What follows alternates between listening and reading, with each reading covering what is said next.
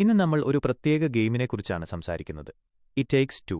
ഒരു മനോഹരമായ പ്രണയകഥയും കോമഡിയും ആക്ഷനും സാഹസികതയുമെല്ലാം ഒരുമിക്കുന്ന ഈ ഗെയിം നിങ്ങളെ അത്ഭുതപ്പെടുത്തും. എന്തുകൊണ്ടാണ് ഈ ഗെയിം ഇത്രയധികം പ്രിയങ്കരമായതെന്ന് നോക്കാം. തകരുന്ന ദാമ്പത്യം. കോഡിയുടെയും മേയുടെയും കഥ. കോഡിയും മേയും ഒരുമിച്ച് ജീവിക്കുന്ന ദമ്പതികളാണ്. എന്നാൽ അവരുടെ ബന്ധത്തിൽ പ്രശ്നങ്ങൾ തുടങ്ങിയിട്ട് കാലങ്ങളായി.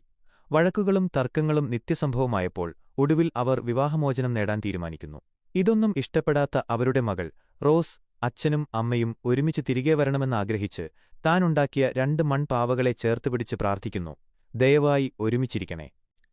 മാന്ത്രികമായ രൂപാന്തരം. റോസിന്റെ ആഗ്രഹം കേട്ടപ്പോൾ ഒരു മാന്ത്രികത സംഭവിക്കുന്നു. കോഡിയുടെയും മേയുടെയും ആത്മാവുകൾ അവർ ഉണ്ടാക്കിയ പാവകളിലേക്ക് മാറുന്നു. ഇനി അവർ മനുഷ്യരല്ല, പകരം ചെറിയ കളിപ്പാട്ടങ്ങളാണ്. പുതിയ ലോകം. വലിയ വെല്ലുവിളികൾ. മനുഷ്യരായി തിരികെ വരാൻ ഈ പാവകൾക്ക് ഒരുപാട് വെല്ലുവിളികളെ അതിജീവിക്കേണ്ടതുണ്ട്.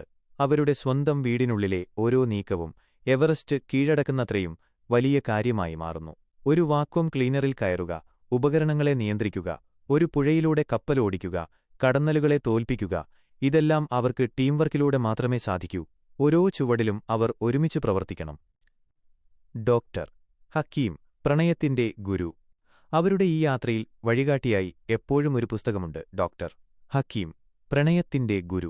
പ്രണയത്തിന് പ്രയത്നം വേണം, പ്രണയത്തിന് ടീം വർക്ക് വേണം എന്നു പറഞ്ഞുകൊണ്ട് അവരുടെ ബന്ധം വീണ്ടും ഒന്നാക്കാൻ ഡോക്ടർ ഹക്കീം നിരന്തരം അവരെ പ്രേരിപ്പിക്കുന്നു. അദ്ദേഹത്തിന്റെ തമാശകളും ഉപദേശങ്ങളും ഈ യാത്രയെ കൂടുതൽ രസകരമാക്കുന്നു.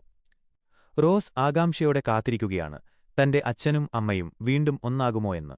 ഓരോ അധ്യായത്തിലൂടെയും കടന്നുപോകുമ്പോൾ കോഡിക്കും മേയ്ക്കും ഒരു തിരിച്ചറിവുണ്ടാകുന്നു. ഒരുമിച്ച് സഹകരിച്ചാൽ ഏതു പ്രശ്നവും പരിഹരിക്കാം. തങ്ങളുടെ ബന്ധത്തിൽ വന്ന പ്രശ്നങ്ങൾക്ക് 2 പേർക്കും പങ്കുണ്ടായിരുന്നുവെന്നും കുറച്ചു പരിശ്രമിച്ചാൽ എല്ലാം നല്ലതാക്കാൻ സാധിക്കുമെന്നും അവർ മനസ്സിലാക്കുന്നു.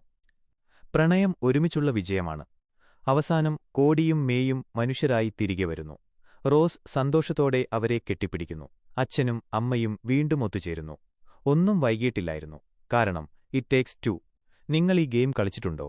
നിങ്ങളുടെ ഇഷ്ടപ്പെട്ട ഭാഗമേതാണ്?